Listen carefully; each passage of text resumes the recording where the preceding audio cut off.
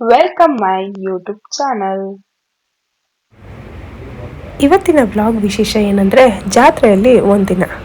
ಹೌದು, ನಾವು ಎಲ್ಲರೂ ಜಾತ್ರೆ ಹೋದ್ಮೇಲೆ ನಾವು ಹೋಗಿದ್ವಿ ಸಾಗರದಲ್ಲಿ ನಮ್ಮ ಊರಿನ ಜಾತ್ರೆ. ವಿಡಿಯೋ ಅಪ್ಲೋಡ್ ಮಾಡಿದ್ದು ಸ್ವಲ್ಪ ಲೇಟ್ ಆಯಿತು, ಯಾಕಂದರೆ ಎಡಿಟ್ ಮಾಡೋದಕ್ಕೆ ಟೈಮ್ ಇರಲಿಲ್ಲ ನನಗೆ. ಊರಿಂದ ಬಂದ ತಕ್ಷಣ ಎಡಿಟ್ ಮಾಡಿ ಅಪ್ಲೋಡ್ ಮಾಡ್ತಾಯಿದ್ದೀನಿ. ಸಾಗರದಲ್ಲಿ ಮೂನ್ ವಾಕ್ ಅಂಥೇಳಿ ಹೊಸದಾಗಿ ಒಂದು 5D ವಾಲ್ನ ಪ್ರಮೋಟ್ ಮಾಡಿದರು. ತುಂಬ ಚೆನ್ನಾಗಿತ್ತು ಅಂತ ಎಲ್ಲರೂ ಹೇಳ್ತಾಯಿದ್ರು. ಸೊ ಅದಕ್ಕೋಸ್ಕರ ನಾವು ಏನಿರ್ಬೋದು ಅನ್ನೋದು ಕ್ಯೂರಿಯಾಸಿಟಿಗೆ ಹೋಗಿದ್ವಿ. ಇದು ತುಂಬ ಚೆನ್ನಾಗಿತ್ತು. 100 ರುಪೀಸ್ ಟಿಕೆಟ್ ಆಗಿತ್ತು ಒಬ್ಬರಿಗೆ. ಮತ್ತು ನಮ್ಮ ಸಾಗರದಲ್ಲಿ ಫಸ್ಟ್ ಟೈಮ್ ಬಂದಿತ್ತು. ಏನಿರ್ಬೋದು ಅಂತ ಒಳಗಡೆ ಹೋದ್ವಿ. ನೋಡಿ, ಈ ಥರ ಇರುತ್ತೆ. 5D ಎನಿಮೇಷನ್ ಏನು ಹೇಳ್ತಾರೆ, ಒಂದು ಹೊಸ ಲೋಕಕ್ಕೆ ಕರ್ಕೊಂಡು ಹೋಗ್ಬೋದು ಆ ಥರ ಇತ್ತಿದ್ದು. ತುಂಬ ಚೆನ್ನಾಗಿತ್ತು. ಮಕ್ಕಳಿಗಂತೂ ತುಂಬ ಖುಷಿ ಕೊಡ್ತು. ನಮಗೂ ಅಷ್ಟೇ ಒಂಥರ ಚೆನ್ನಾಗಿತ್ತು. ಒಂಥರ ಹೊಸದಾಗಿ ಈ ಥರ ಎಲ್ಲೂ ನೋಡಿರಲಿಲ್ಲ. ಒಂಥರ ಅಲ್ಲೇ ಹತ್ತಿರದಲ್ಲೇ ಇದ್ದು ನೋಡ್ತಾ ಇದ್ದೀವೇನೋ ಅಂತ ಒಂದು ಫೀಲ್ ಆಗ್ತಾಯಿತ್ತು. ತುಂಬ ಚೆನ್ನಾಗಿತ್ತು. ನನ್ನ ಮಗಳಂತೂ ಫುಲ್ ಟಚ್ ಮಾಡ್ತಾಯಿದ್ಲು, ಡ್ಯಾನ್ಸ್ ಮಾಡ್ತಾಯಿದ್ಲು. ಕೆಲವರೆಲ್ಲ ಆ ಸೌಂಡಿಗೆ ಹೆದರ್ತಾಯಿದ್ರು. ನನ್ನ ಮಗಳಿಗೆ ಕೇರೇ ಮಾಡಿಲ್ಲ. ದೊಡ್ಡವಳು ಅಷ್ಟೇ, ಚಿಕ್ಕವಳಂತೂ ನೋಡ್ತಾನೆ ಇರಿ ನೀವು. ಅವಳಿಗೆ ಏನೂ ಅನಿಸ್ತಾನೆ ಇಲ್ಲ. ಫುಲ್ ಹಿಡ್ಕೊಳಕ್ಕೆ ಹೋಗ್ತಾ ಇದ್ಲು. ಅದೇನೋ ಕೈಗೆ ಸಿಗತ್ತೇನೋ, ನಮಗೇನೋ ಟಚ್ ಆಗತ್ತೇನೋ ಅನ್ನೋ ಒಂದು ಇದರಲ್ಲಿ ಅದನ್ನು ಹಿಡ್ಕೊಳಕ್ಕೆ ಹೋಗ್ತಾ ಇದ್ಲು. ಆ ಥರ ಖುಷಿಯಾಗಿ ಇಬ್ಬರು ಎಂಜಾಯ್ ಮಾಡಿದ್ರು. ನಾವು ಕೂಡ ಕೂತ್ಕೊಂಡು ನೋಡಿಕೊಂಡು ತುಂಬ ಚೆನ್ನಾಗಿ ಎಂಜಾಯ್ ಮಾಡಿದ್ವಿ. ಅಲ್ಲಿರೋ ಮಕ್ಕಳು ಕೂಡ ತುಂಬ ಎಂಜಾಯ್ ಮಾಡಿದ್ರು. ತುಂಬ ಚೆನ್ನಾಗಿತ್ತು. ಇದೊಂದು ವರ್ತ್ ಅಂತ ಅನ್ನಿಸ್ತು. ಮಕ್ಕಳಿಗಂತ ತುಂಬ ಖುಷಿ ಕೊಡ್ತು. ತುಂಬ ಚೆನ್ನಾಗಿತ್ತು. ಎಲ್ಲರೂ ಹೇಳಿದರು ಇದನ್ನು ನೋಡಲೇಬೇಕು ಅಂತ. ಸೊ ನಾವು ಕೂಡ ನೋಡಿಕೊಂಡು ಬಂದ್ವಿ.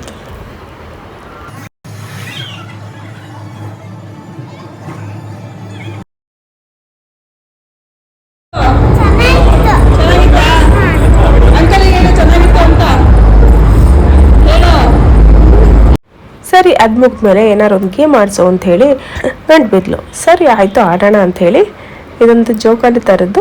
ಈಗ ಆಲ್ರೆಡಿ ಸುಮಾರು ಗೇಮ್ ಆಡ್ಬಿಟ್ಟಿದ್ಲು ಅವಳು. ಸೊ ಇದೊಂದು ಇರಲಿ ಅಂಥೇಳಿ ಇದೊಂದು ಬ್ಯಾಲೆನ್ಸ್ ಇತ್ತು. ಈ ಗೇಮ್ ಕೂಡ ಆಟ ಆಡಿಸಿದ್ವಿ. ಆಮೇಲೆ ಹೀಗೆ ಆಟ ಆಡಿಕೊಂಡು ಸುಮ್ಮನೆ ಒಂದು ರೌಂಡ್ ಜಾತ್ರೆ ಕಡೆ ಹೋದ್ವಿ. ತುಂಬ ಸಿಕ್ಕಾಪಟ್ಟೆ ಜನ ಇದ್ದರು. ನಾವು ಸ್ವಲ್ಪ ಬೇಗನೆ ಹೋಗಿದ್ವಿ, ಜನ ಇರ್ತಾರಂತ ನಮಗೆ ಗೊತ್ತಿತ್ತು. ಅದಕ್ಕೋಸ್ಕರ ಸ್ವಲ್ಪ ಬೇಗ ಹೋದ್ವಿ. ಜನ ಕ್ರೌಡ್ ಕಮ್ಮಿ ಇಲ್ಲ, ಯಾಕಂದರೆ ಮಕ್ಕಳಿದಾರಲ್ವ, ಮಕ್ಕಳಿರೋರು ಸ್ವಲ್ಪ ಬೇಗನೆ ಹೋಗಿದ್ರೆ ಚೆನ್ನಾಗಿರುತ್ತೆ ಅಂತ ನಮಗೆ ಗೊತ್ತಿತ್ತು. ಯಾಕಂದರೆ ಇದು 3ನೇ ಸಲ ಹೋಗಿರೋದ್ರಿಂದ ಸ್ವಲ್ಪ ಕ್ರೌಡ್ ಹೇಗಿರುತ್ತೆ ಅನ್ನೋದೊಂದು ಅನುಭವ ಆಗಿತ್ತು ನಮಗೆ ಆಲ್ರೆಡಿ. ಅದಕ್ಕೋಸ್ಕರ ಸ್ವಲ್ಪ ಒಂದು 7-7:30 ಅಷ್ಟೊತ್ತಿಗೆ ಹೋದ್ವಿ. ಸರಿ, ಒಂದು ಗೇಮ್ ಆಡಿ ಸಾಕಾಗಿಲ್ಲ ಅಂಥೇಳಿ ಮತ್ತೆ ಕಾರ್ ಮೇಲೆ ಕೂತ್ಕೊಂಡ್ಳು. ಅವಳು ಕೂತಿರೋದು ನೋಡಿ ನನ್ನ ಸಣ್ಣ ಮಗಳು ಕೂಡ ನಾನು ಹೋಗ್ತೀನಿ ಅಂತೇಳಿ ಅವಳು ಕೂಡ ಕೂತ್ಕೊಂಡ್ಳು. ಅವಳಂತೂ ಹೆದರಲೇ ಇಲ್ಲ. ಫುಲ್ಲು ಖುಷಿಯಾಗಿ ಕೂಗಾಡ್ಕೊಂತ ನಿಂತ್ಕೊಳಕ್ಕೆಲ್ಲ ಹೋಗ್ಬಿಟ್ಲು. ಆಮೇಲೆ ನಾವು ಗಾಡಿ ಸ್ಟಾಪ್ ಮಾಡಿ ಅವಳನ್ನ ಇಳಿಸ್ಕೊಂಡ್ವಿ. ಅವಳು ಬರೋ ಇದರಲ್ಲೇ ಮೂಡಲ್ಲೇ ಇರಲಿಲ್ಲ. ಬರಲ್ಲ ಅಂತ ಅಳ್ತಾ ಇದ್ಲು. ಆದರೂ ನಾವು ಬಿಡಲಿಲ್ಲ. ಅಲ್ಲಿಂದ ಅದನ್ನು ಮುಗಿಸ್ಕೊಂಡು ಮತ್ತೆ ಇದು ನಮ್ಮ ಮನೆಯವರು ರಿಂಗ್ ಹಾಕಿ ನೀನು ಜ್ಯೂಸ್ ಕೊಡ್ತೀನಿ ಬಾ ಫ್ರೀಯಾಗಿ ಅಂತ ಹೇಳಿ ಕರ್ಕೊಂಡು ಹೋದರು. ನಂಗೆ ಗೊತ್ತಿತ್ತು ಅದು ಒಂದು ಬೀಳಲ್ಲ ಅಂಥೇಳಿ. ಯಾಕಂದರೆ ಅಲ್ಲಿ ನಾನು ಸುಮಾರು ಹೊತ್ತಿಂದ ಅಬ್ಸರ್ವ್ ಮಾಡ್ತಾಯಿದ್ದೆ, ಯಾರು ಕೂಡ ಒಂದು ಬಾಟ್ಲು ಜ್ಯೂಸ್ ಕೂಡ ತೊಗೊಂಡು ಹೋಗಿರಲಿಲ್ಲ. ನಾನು ಹೇಳಿದೆ ಸುಮ್ಮನೆ ದುಡ್ಡು ವೇಸ್ಟ್ ಮಾಡಬೇಡಿ ಅಂಥೇಳಿ. ಆದರೂ ನಮ್ಮ ಮಾತು ಕೇಳಬೇಕಲ್ವ ಅವರು. ಸುಮ್ಮನೆ ದುಡ್ಡನ್ನು ವೇಸ್ಟ್ ಮಾಡಿದ್ರು. ನಾನು ಹೇಳಿದೆ ಒಂದು ರಿಂಗು ಬೀಳಲ್ಲ, ಬೇಡ ಅಂಥೇಳಿ. ಆಮೇಲೆ ಅಂಗಡಿಯವ್ರ ಹತ್ರ ಏನ್ರಿ ರಿಂಗ್ ತುಂಬ ಸಣ್ಣಕ್ಕಿದೆ ಅಂತ ಹೇಳಿದರು. ಅಲ್ಲಿಂದ ಅದು ಮುಗಿಸ್ಕೊಂಡು ನನ್ನ ಫೇವ್ರೆಟ್ ಟೆಕಿಲಾ ಸೋಡಾ ಟ್ರೈ ಮಾಡೋಣ ಅಂತ ಹೇಳಿ ಬಂದೆ. ನಾನಂತೂ ಯಾವಾಗ ಜಾತ್ರೆಗೆ ಹೋದರೂ ಏನು ತೊಗೊಂಡ್ಲಿಲ್ಲ, ಏನು ಇದು ಮಾಡಲಿಲ್ಲ ಅಂದ್ರೂ ಈ ಟೆಕಿಲಾ ಸೋಡಾ ಮಾತ್ರ ಯಾವಾಗಲೂ ಕುಡಿತಾ ಇದ್ದೆ. ಅಷ್ಟೊಂದು ತುಂಬ ಚೆನ್ನಾಗಿ ಇಷ್ಟ ಆಗಿದ್ದು ಅಂದರೆ ಜಾತ್ರೆಯಲ್ಲಿ ತಿನ್ನೋ ವಸ್ತುವಲ್ಲಿ, ಕುಡಿಯೋ ವಸ್ತುವಲ್ಲಿ ಈ ಟೆಕಿಲಾ ಸೋಡಾ ಮಾತ್ರ. ನಮ್ಮ ಫೇಮಸ್ ಟೆಕಿಲಾ ರಾಜೇಶ್ ಅಣ್ಣ ಅವ್ರ ಹತ್ರ ಬಿಟ್ಟರೆ ಇಲ್ಲೊಂದು ಸಲ ಟ್ರೈ ಮಾಡಿದೆ. ಇವರು ಕೂಡ ತುಂಬ ಚೆನ್ನಾಗಿ ಮಾಡಿದ್ರು. ಇಷ್ಟ ಆಯಿತು. ನಮ್ಮ ಮನೆಯವ್ರಿಗೂ ಹೇಳಿದೆ, ಕುಡಿಸ್ದೆ. ತುಂಬ ಚೆನ್ನಾಗಿದೆ ಅಂದರು. ಒಂದು ಹೆಲ್ದಿ ಡ್ರಿಂಕ್ ಅಂತ ಹೇಳ್ಬೋದು. ಅಲ್ಲಿಂದ ಇವಾಗ ಫುಡ್ ಸ್ಟ್ರೀಟಿಗೆ ಬಂದ್ವಿ. चिकन रोल कितना 122 पीस 60 का वो एक. ಏನೋ ಹೊಸದಾಗಿ ಟ್ರೈ ಮಾಡ್ತಾ ಇದ್ದಾರೆ ನೋಡೋಣ ಅಂತ ಹೇಳಿ ಹೋದ್ವಿ. ಅವ್ರು ನೋಡ್ರೆ ಕನ್ನಡ ಮಾತಾಡೋಕ್ಕೆ ಬರಲ್ಲ, ನನಗೆ ಹಿಂದಿ ಬರಲ್ಲ, ಏನೋ ಮ್ಯಾನೇಜ್ ಮಾಡಿಕೊಂಡು ಟ್ರೈ ಮಾಡಿದ್ವಿ. ನಾವೊಂದು ಫ್ರೈಡ್ ರೈಸ್ ಹೇಳಿದ್ವಿ, ಎಗ್ ಫ್ರೈಡ್ ರೈಸು. ಚಿಕನ್ಗಳಲ್ಲೆಲ್ಲ ನನಗೆ ಹೊರಗಡೆ ಎಲ್ಲೂ ಚಿಕನ್ ಅಂದ್ರೆ ತಿನ್ನೋಲ್ಲ ನಾನು, ಅದನ್ನು ಹೊರಗಡೆ ರೆಡ್ ಕಲರೆಲ್ಲ ಹಾಕ್ಬಿಟ್ಟಿದ್ರು, ಅದನ್ನ ನೋಡಿದ್ರೆ ಏನೋ ಒಂಥರ ಅನ್ನಿಸ್ತಿತ್ತು. ಸೊ ನಾನು ಓನ್ಲಿ ಫ್ರೈಡ್ ರೈಸ್ ಮಾತ್ರ ಹೇಳಿದ್ದೆ.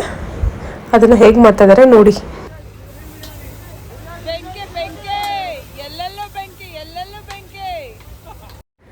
ನಾನು ಈ ಥರ ಹೇಳೋದನ್ನ ನೋಡಿ ಏನೋ ಕುಕ್ ಅಡುಗೆ ಮಾಡೋನು ತುಂಬ ಚೆನ್ನಾಗಿ ಇನ್ನೂ ಎನರ್ಜಿಯಾಗಿ ಇನ್ನೂ ಜಾಸ್ತಿ ಬೆಂಕಿ ಹಾಕ್ಕೊಂಡು ಅಡುಗೆ ಮಾಡೋಕ್ಕೆ ಸ್ಟಾರ್ಟ್ ಆಗ್ಬಿಟ್ಟ.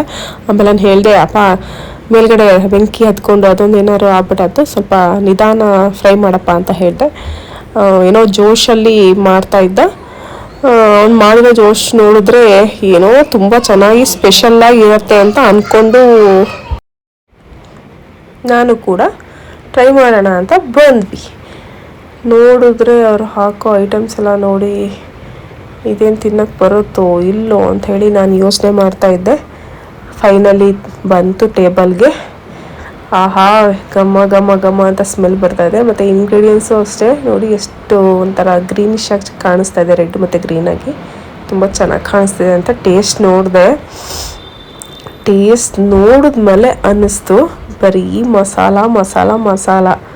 ಅಪ್ಪ ದೇವ್ರೆ, 1 ಸ್ಪೂನ್ ತಿನ್ಬೋದು ಅಷ್ಟೇ.